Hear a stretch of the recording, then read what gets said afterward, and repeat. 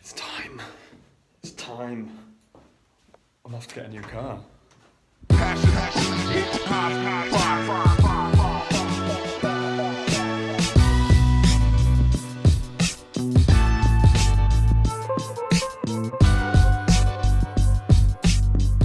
Good morning, campers. It is Monday morning. Mr. Liam Grady's been off this morning. I think the fight's taken its toll on him. He says he looks like he's been run over, so he's not been around this morning. Hey, Bear. Just come out of first meeting of the day. Today is predominantly meetings for me. It's been pretty full on. As I told you last week, I've done some figures and some analysis because I finally had time to do some of the stuff that I needed to do. And it's not that I'm making excuses saying I haven't got time. It's that because my time was limited, I didn't prioritise certain things. And now my time has become a bit more free, so I've looked at my client list, which is 24 clients long. They're the distributors of the world for Apothecary 70.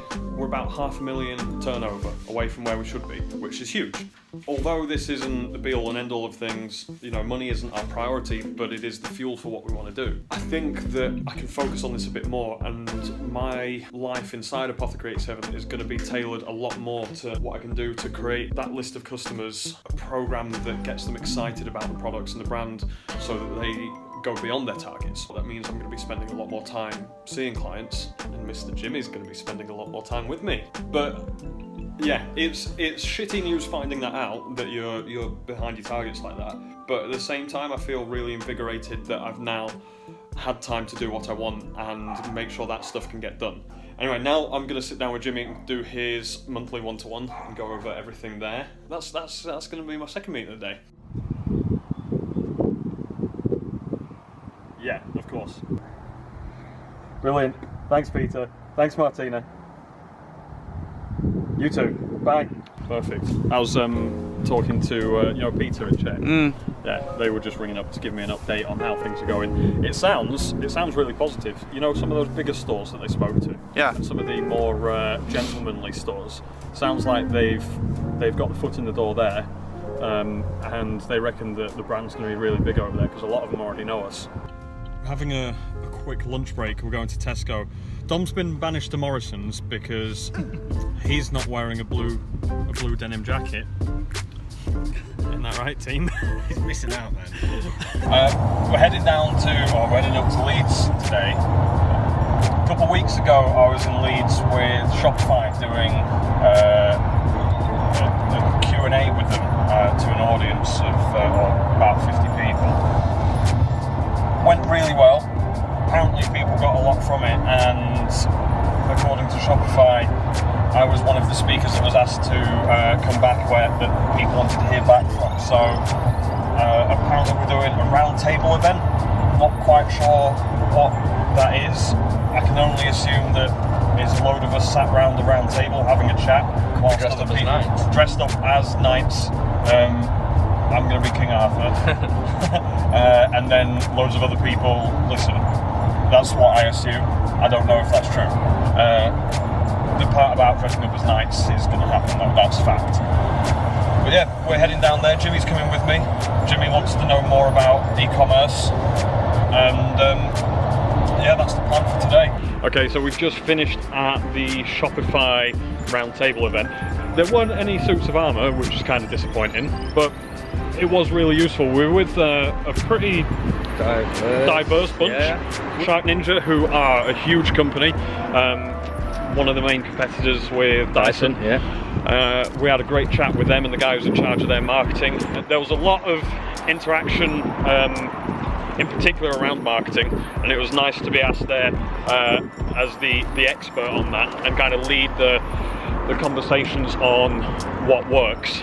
It was really worthwhile. We met people from, all kinds of different companies. The guys from Shopify were really, excited to have us. They've suggested we go to their offices and we do some one-to-one, so that'll be awesome. All in all, really good day. We've got to head back to Donny now. Be in the office for about an hour and a half, and then I've got to shoot out for more meetings. I've just got back from the accountants. It's 7:15. I've been there for 3.5 hours. I really like going to the accountants because our accountant is the best type of accountant. He's an accountant without the personality of an accountant. It makes it very, very easy to do the things that need to be done because I understand the things that need to be done. My areas of weakness is definitely that side of things. I'm great at visionary work and kind of looking at the big picture for brands and marketing and bits and pieces like that, even strategy. But actual, sometimes planning on the accountancy side of things isn't where my strengths lie, which is why I employ people to do them, why we have Mr. Criddle to help us, why we have John at Enterprise to support us. It's been really good fun talking about where we are, the growth that we've done. Despite the manufacturing issues that have slowed us down so much, we've still grown the company quite a lot, so happy days there. We're just kind of now looking at what next in terms of how to move on, make things a smoother process, and that is very important and something that is easier said than done when you get caught in your own little bubble. So it was nice to have that accountability there because there's not always someone to hold me accountable as a CEO. In that same breath, I've been talking to John at Enterprise about his marketing. He's been looking at various marketing agencies, and we've been talking about how to increase that. In particular, that's through creating content. It's through talking about things that add value to people, much like I did with John a couple of episodes ago. And next week I'm going to be doing some similar things with John at Enterprise, which would be really good because his whole business is about adding value to other businesses in a really clear way, bottom line way. I'm excited to see John push forward on that and really see what he can do from the accountancy side of things in terms of creating content that is valuable for businesses and clients, and see how he can grow his business by doing that. We'll see.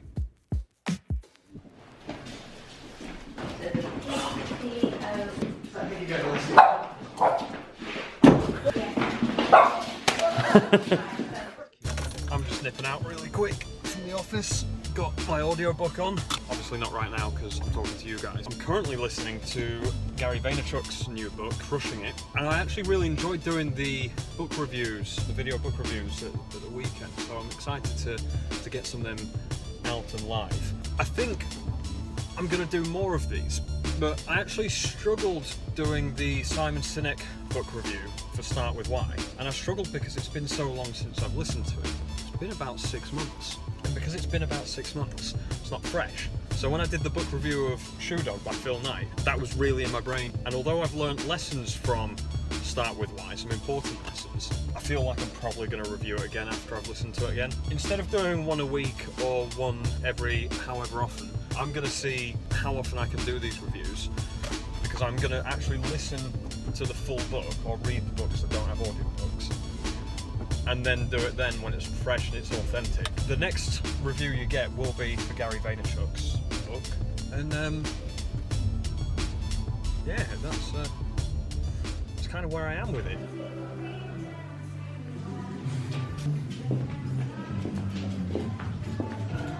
Who did this to you? Who do you think did this to me? I keep having shit ideas. Where are we going, Jimmy? For an exciting car journey. Just finished a manufacturing meeting, which was really good because the past couple of years we've had such a shitty time with manufacturing. It's had a big impact on the company, and what we're doing with manufacturing now is 1,000,001 times better. Having that communication there to pull up any little points, little issues as they emerge, rather than it all building up, seems to be just a really positive way to keep things going and going in the right direction. I don't know, what do you think? I'm excited by it. Yeah, it's nice to be able to, like you've just pointed on really, is the communication base. Yeah, I was worried prior to the meeting that it was going to be, I don't know, all the stuff on the agenda that we'd set out. Yeah, I kind of going to be a bit one-sided. Yeah, it was kind of like, if this needs to change, we need to tweak that. You need to do this for us, and I didn't want them to have, I don't know, negative connotations about us. But we've done it in a very positive way, and we've worked very hard to put it in a positive light. Trying to mitigate all the issues that haven't evolved into issues yet, without damaging any relationship. I mean, it's something that I know we can do, but it was something that I was a bit concerned about, and I feel we did it really well. And I think the meeting went amazingly, and we've got a boot full of gold. We've got a boot full of gold. We've got a boot full of Matt Paste. We've had so many fucking issues with Matt Paste, and I've got a boot full of it. 2 emails from Sam. What are you doing? I'm cleaning. This is unheard of. This is crazy. Let's find out more. It's been a tough week, so I thought I'd come in and start fresh, get my feng shui all sorted. Hold on, I'm gonna do like a swooshing style cinematic brooch. Check this. Not clean yet. There's all crummies and all sorts. Crummies, Okay, so normally Grady's desk is the messiest in the office. Fact. It's usually got a build up of grime, crummies, as Grady likes to say, which I can see is under there. If we, you just don't spray your computer screen with that. I won't. There's plates, dirty things. This bag of crisps has been here for at least a week. Just stickers just on for it. the record, 90% of the stuff that appears on my desk is generally from other people. Live! Been trying to think about what people, what's gonna have a positive effect on people, and want to encourage being a better person, because one of the things that I have actively tried doing over the past couple of years is being a better person. Probably fail miserably, but I try. We decided to have a competition on... Competition time! Sorry guys, I'm not the fucking going down there and get this shit done. Oh, I'm trying to hype it up there and you've ruined it. Wow. So we decided to have a competition on my Instagram account, in case you didn't get that from Johnny Mennell. And the idea is, you go onto my latest post, the one with information about the competition, and you tag in a friend that deserves to win it. We'll pick at random someone who's been tagged. You can't enter yourself, but you can enter someone else. And that should hopefully encourage everyone else. For you to feel better, for being a better person, and just let's make the world better. I don't think it's gonna have that kind of impact, but we'll try anyway. This could be you celebrating like this. Oh, sorry, this could be a friend of yours. Celebrating like this. It's time. It's time. I'm off to get a new car. I'm kind of excited and also not excited at the same time. I love my car. It's fast and it's fun and it's comfy. Except for the part that gives me the bad neck because I have to drive with it leant back like this. But apart from that, I do love my car. And Audi are hooking me up with a new car, which I'm picking up now. Woo!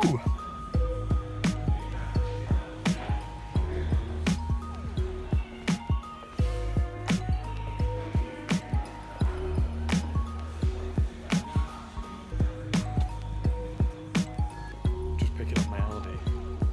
Came to show me around it, and then I feel like a right twat. This is the first time I've properly seen it, and he asked me what for, and I told him I don't like the wheels, and now I'm asking him how much it costs to change them. Here we are in my new car. I'm just heading out at the moment. Everyone's finished for the day. End of a long week. I'm tired this week. A lot's happened. Really productive things.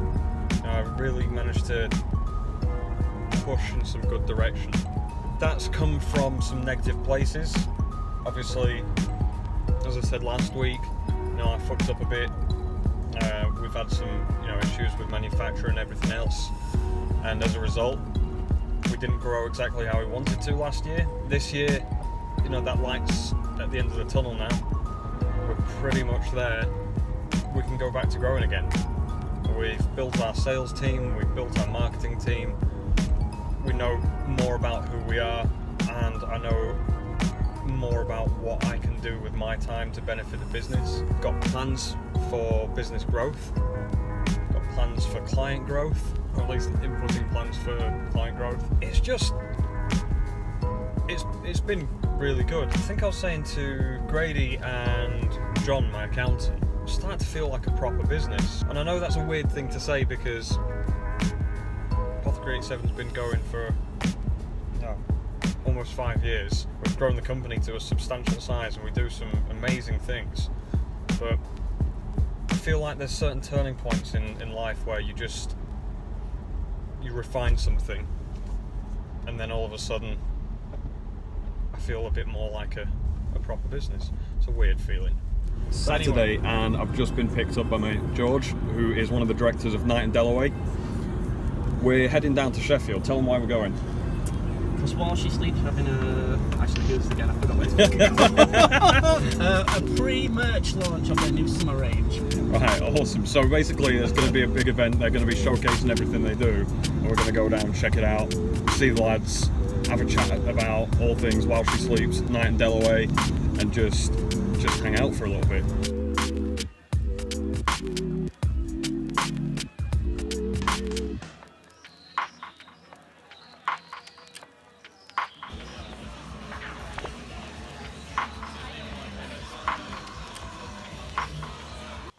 And I'm back at the office.